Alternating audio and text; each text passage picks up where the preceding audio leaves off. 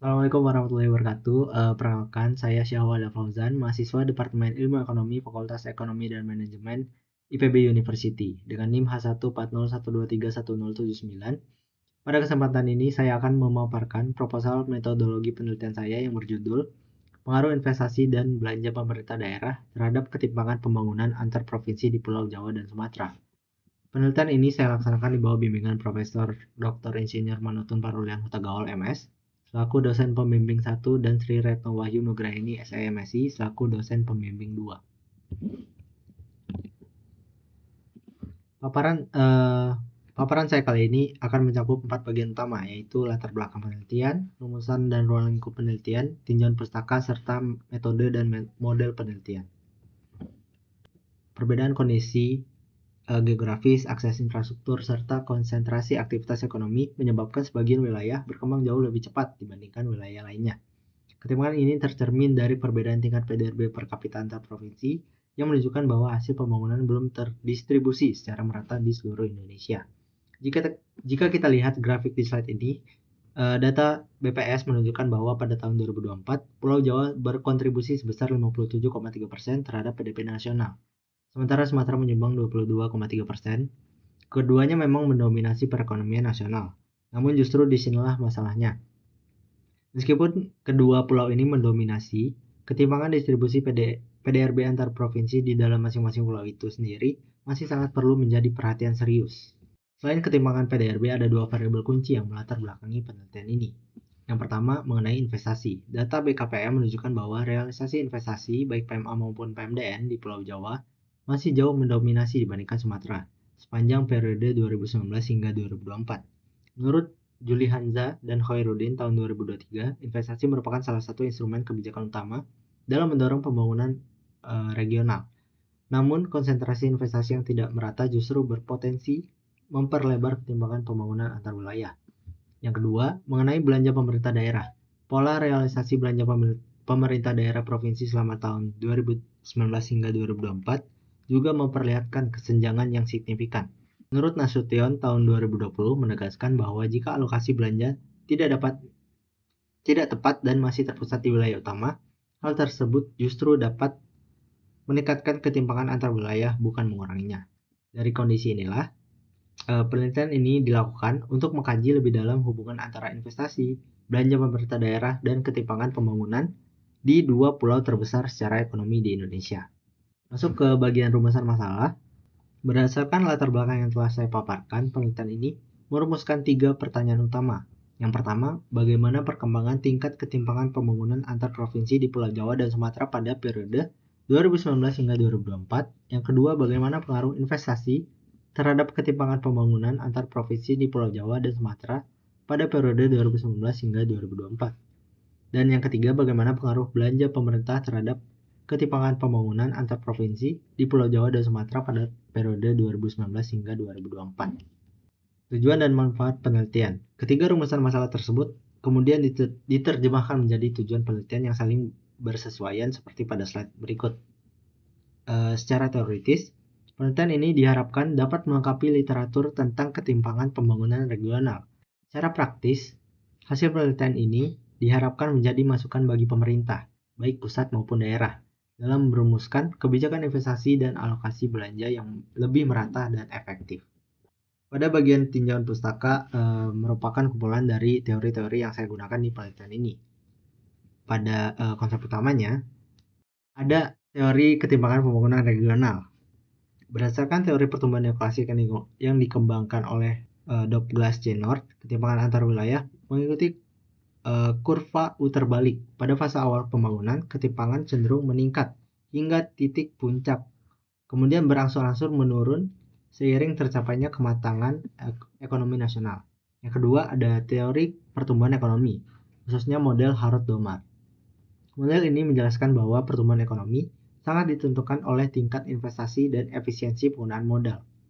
Perbedaan akumulasi modal antar daerah menjadi salah satu penyebab utama bertahannya ketimpangan.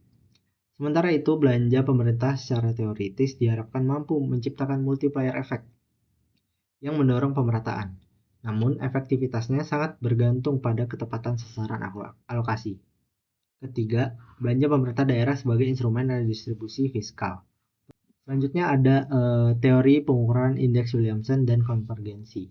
Untuk mengukur ketimpangan, penelitian ini menggunakan indeks Williamson, yang merupakan alat yang mengukur dispersi PDRB per kapita antar wilayah dengan memperhitungkan bobot jumlah penduduk.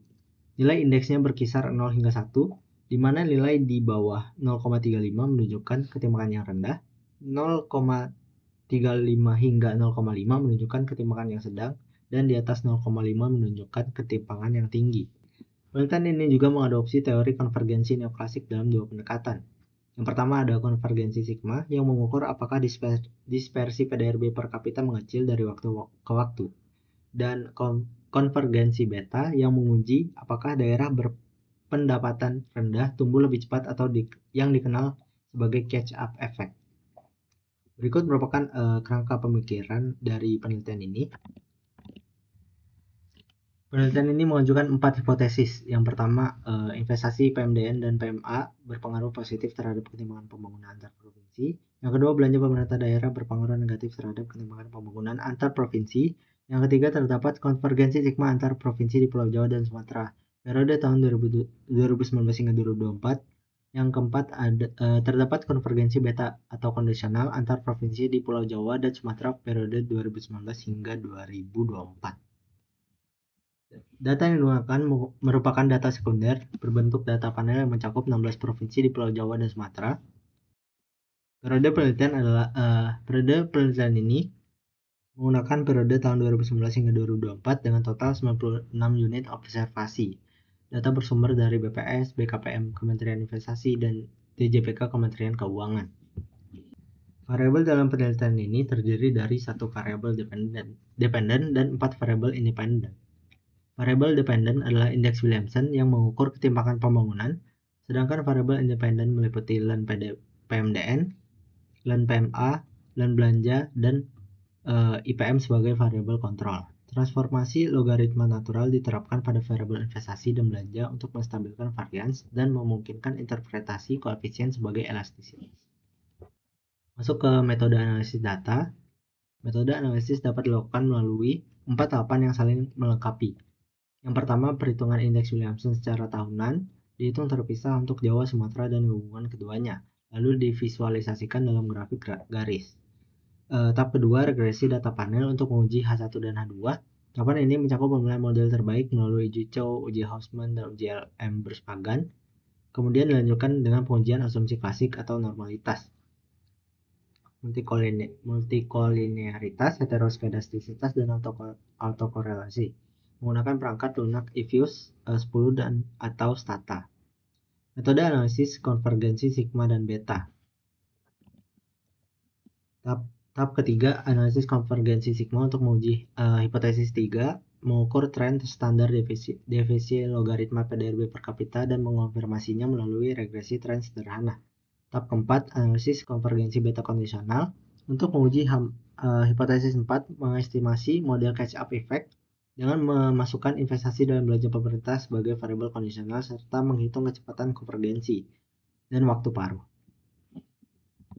Berikut merupakan model penelitian dalam penelitian ini.